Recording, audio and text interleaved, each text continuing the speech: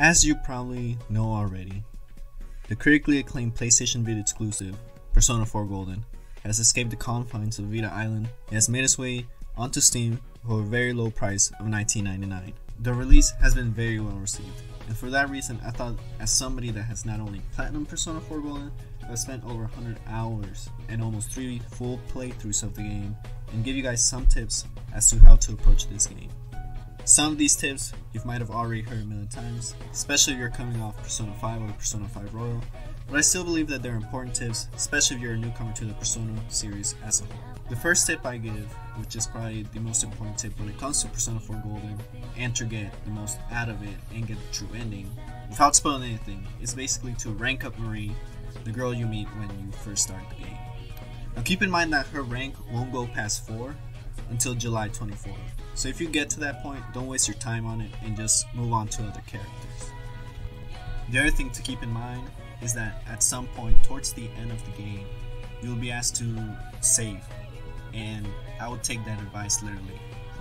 Either save and remember that point, or make multiple saves in case you mess up.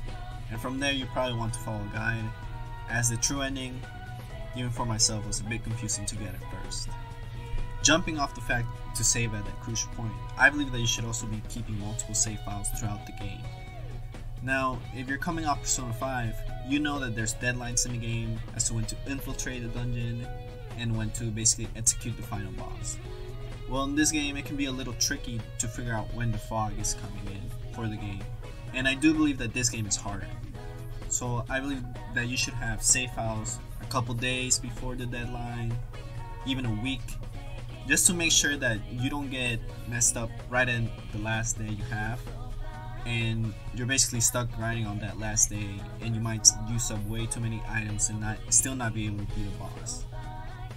My third tip is something not really gameplay affecting, but I think it's very worth it to just play the game, take your time, and play as you want. You know, choose your social links, choose your activities, choose the part-time jobs, go fishing, go bug catching. There's pretty much no way to 100% the game on your first playthrough, so just do whatever you want and have fun, since I believe that's the best way to get the most out of a Persona game, is to coming in blind and not following a guide to max out a social link. I would save that for a new game plus of sorts. Now when it comes to social links, if you're coming off Persona 5, you're gonna find it quite different from confidants. In this game, outside of your party members, which oh dang, you hung out with me for the 4th time, I'll take the dying blow for you so you won't die or whatever. Outside of those type of perks, nobody outside of your party really provides anything outside of Arcana XP and an ultimate persona that you can fuse for the companion. So while recording the footage for this video, I quickly realized that the Shrine Fox actually does provide perks even though he's not a party member. He can heal and give you SP, mostly for money, although you can be lucky and it can be for free. So I just wanted to make that clear. Let's keep the video going. So in that case, I would advise that you only hang out with who you want. You don't gotta hang out with anybody that you don't enjoy or care for, because at the end of the day, it doesn't really matter. So just hang out with whoever you like. Now I know I said when it comes to social links, do whatever you want and don't follow a guide. I still advise that, but one thing I would keep in mind is to keep a persona of the same Arcana, such as when you're hanging out with Chie, to use a Chariot Arcana, and it can be any, level doesn't matter, it can be the cheapest one you can get off the companion. And that will help you gain extra points when you choose a quote-unquote correct answer for that social links, so that it can level up faster and you don't waste time hanging out with them and having no character progression during that time. Now these next few tips are more so for the dungeon crawling aspect of Persona 4 Golden, rather than anything to do with, the social links or whatever. One of the most important tips I can give in combat is to keep yourself very well rounded. If you're running the team at the start of the game, you would know that basically your starter persona is lightning, Yosuke is wind, Chie is ice, Yukiko is fire, and she's also a healer.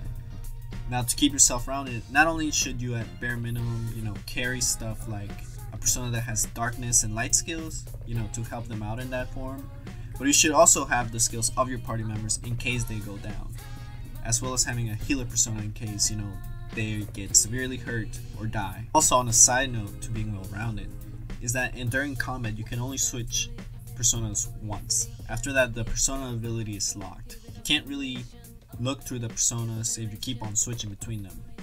You can, but you can't choose it.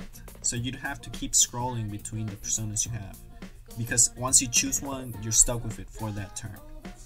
Now this next tip I believe is very important for new players.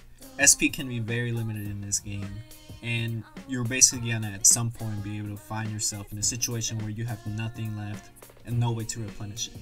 For this reason, I recommend that each week you go to the vending machines and get the SP drinks, which are the Natural, Dr. Salt Neo, Second Made, and Tap Soda. And if you're lucky using the vending machines, you can keep getting free drinks as long as you win the roulette. Now as you progress through the game, you will eventually get a skill called Invigorate 1, 2, or 3, which can give you a small amount of SP after each battle. I highly recommend using this skill on your personas, as well as, if you're able to and are lucky, get the skill card and get Marie to duplicate that card and put it on the personas which are very magic heavy, in which you know you're going to be draining that SP really fast. Another thing that can greatly help you when you're dungeon crawling is to plant seeds at your house during nighttime with Nanako. Now you can get the seeds from a one in front of your house or from Juness, and the two I recommend highly are tomatoes, which give you another source of SP, or daikon seeds, which give you go homes, which I will touch on later. Now not only do you get these helpful items for dungeon crawling, it can also improve your diligence, and it can improve your friendship with Nanako, so you can make her social link go up faster. As I just mentioned, daikon seeds give you go homes. I would highly recommend that you stock up on go homes. Now the reason you should stock up on go homes is because it creates basically a checkpoint while you're dungeon crawling. Let's say you make it to the 9th floor, but you're out of SP, and you're out of SP items, or basically you're too underleveled, and you just want to go back to the Dojima residence for the day. Well, if you go home, you can basically use the item and come back outside of the dungeon, and next time you go there, you can just go back in, and you'll be asked if you want to start from the beginning, or you can go back to the floor you were at. Now that I've covered the different ways you can get SP, as well as how to save your place in the dungeon, I believe it's important to address grinding in this game. Now I do believe this game is a bit grinding. Thankfully the PC version has a way to change this without having to beat the game and start New Game Plus. With the PC version you can change your difficulty at any time, as well as make your own custom setting, such as how much money you get, how much damage you take or inflict, as well as how much XP you earn. Now, if you're having trouble with this game, there is no shame in changing that. The game, the characters, the story, the music especially, I believe are all worth playing through, and if you have to beat the game on the easiest setting possible, I believe it's worth it. Now if you don't want to approach it like that, you can still grind away, and my tip would be to get to the floor right before the final boss, which would be pretty obvious since the message box pretty much tells you there's a boss behind this giant door, and basically go between that floor and the second to last floor, and search for golden hands. These golden hands give you a vast amount of SP. Now they don't always spawn, so it can take a while, but that is probably the best way to grind in this game, in my opinion, without having to change the difficulty settings. Now once you've been in the dungeon, I highly recommend that you go back up to the highest floor and fight the new boss there. Defeating this boss grants you a very powerful piece of equipment that I highly recommend that you keep on your party members. Now the last main thing I want to cover is shuffle time, which is the main way you can get personas as well as skill cards. Now you can also get other things like money and XP, but I would highly recommend that you at least get the personas so you can register them to your persona compendium. This way you can easily summon them, for your social links, or if you want to further Margaret's social links, which requires a lot of fusing. Now my final tip is for all the people trying to get all the achievements in the Steam version. Number one, you have to do this game in 2 playthroughs. It's impossible to get all of them in one run. Number two, Hardcore Reset fan will probably break you. I had to keep a document of every line she said, and you have to keep switching up your parties and make sure they get inflicted with every ailment possible. Number two, be very careful as to which skills you choose to inherit when you're doing a persona fusion, as if you're doing Margaret's social link, it could be very possible that you max out a persona she wants, but it does not have the skill she wants, which can give you 2 options.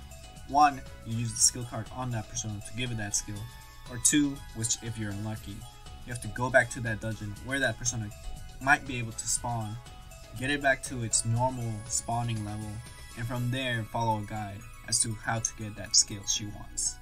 I want to thank you if you made it all the way through this video.